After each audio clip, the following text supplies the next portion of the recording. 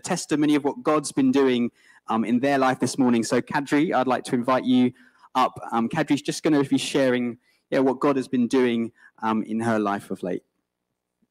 Thank you.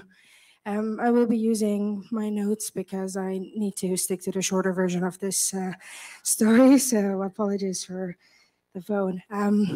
But yes, the story kind of spans 10 years, but don't worry, I won't, I'll skip a few years in the process. So so about 10 years ago, God gave me a dream, what I felt was a calling on my life to become a counselor, a therapist. And for many years, I've been kind of looking out for those opportunities. How can I go about training and kind of, getting to that dream? But it, for a long time, felt really impossible, and mainly because of the cost. It's just really expensive to study, and I didn't have that income. But a few years ago, soon after I got married, my husband really encouraged me, and we're looking at ways to be able to kind of get going on this journey together.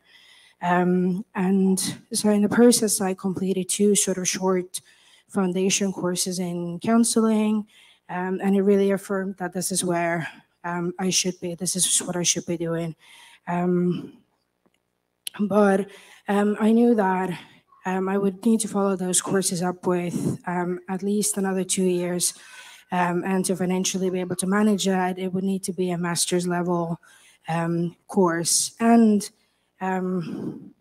there's only 2 courses in London that offer master's level training in counseling in the particular counseling approach that I want to study. So the options weren't plentiful.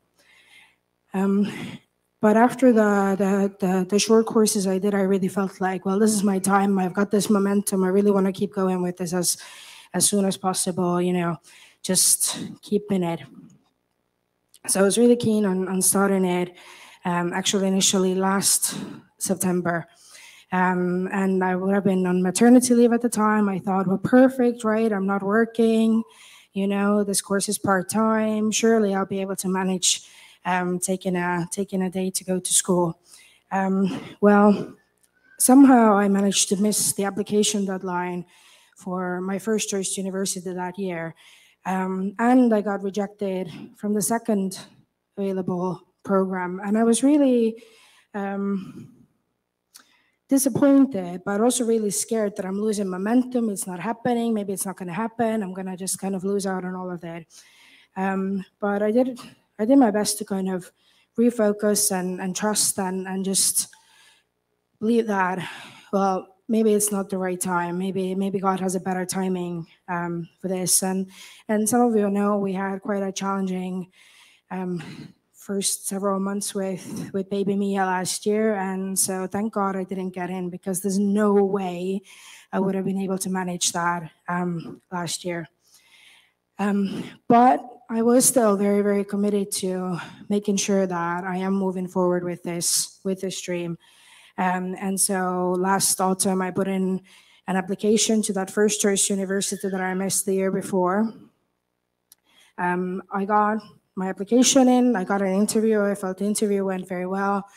And so I was very confident, even because I met all the requirements, but mainly because I really just felt, well, this is my time. This is a dream God has given me, and I'm pursuing that. And surely, if nothing else, God will get me in.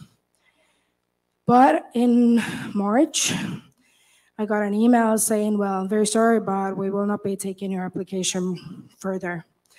And I was really heartbroken, to be honest, and I felt really, really lost, because I didn't see any other options to pursue this dream. And so I started to doubt, well, was it even God? Is it what I'm supposed to be doing? Have I been wasting my time all these years doing these courses, all the money that I put into it, and just the heart then? And so I remember even asking my community group to pray for just direction and clarity in what God has for me in my professional life. I'm working a job that's nice enough, but I feel very stuck because it doesn't have any future to it. So this was very, very key element for me to moving forward. And right after I shared that prayer request with my community group, a friend Donna, she shared this word with me about trusting a pilot when you get on an airplane, trusting that the pilot will take you to the destination, will land you in the right time and at the right place. And I found that really encouraging. So I kind of picked myself up and I started to look for opportunities how to like strengthen my application so that I could apply again this year, because it's just a very competitive program. But in any sort of good Bible story you read, there comes a point when the text reads something along the lines of "but God," and in my story too, there came that "but God" moment, and that was in August, just about 2 months ago, when I got an email from the university, from the person who interviewed me, and she says, "Hey, we've had an influx of funding, and we're able to actually expand the counseling program, double it actually. And so they would like to offer me an unconditional place for this year to start immediately, or for next year, whichever I prefer." And man, I was just I just couldn't believe it. Actually, I took a screenshot of the email. I emailed it to Felix, my husband. It's like, "Can you read this? Like, am I seeing this right?" I called him. Like, this makes no sense. Like, I had totally given up on the opportunity for this year. I didn't see it coming. And so after all these months of feeling first really rejected and lost, and then trying to pick myself up and fall back on that trust, that God will land the plane, I was now accepted unconditionally, so without me actually having done anything else to gain that acceptance or to qualify for this spot. And actually, I realized I didn't even complete the entire recruitment process. I didn't even go through the second stage of it at all, and yet I was accepted.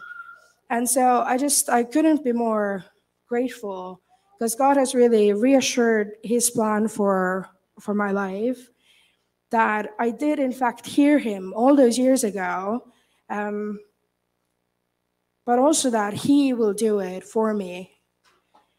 That it's not about my hard work and qualifications, and as important as those things are, ultimately, it's God who called me. He's the one who qualified me, and He's the one who accepted me. And so I just want to finish it with, we serve a God who can turn any rejection into an acceptance.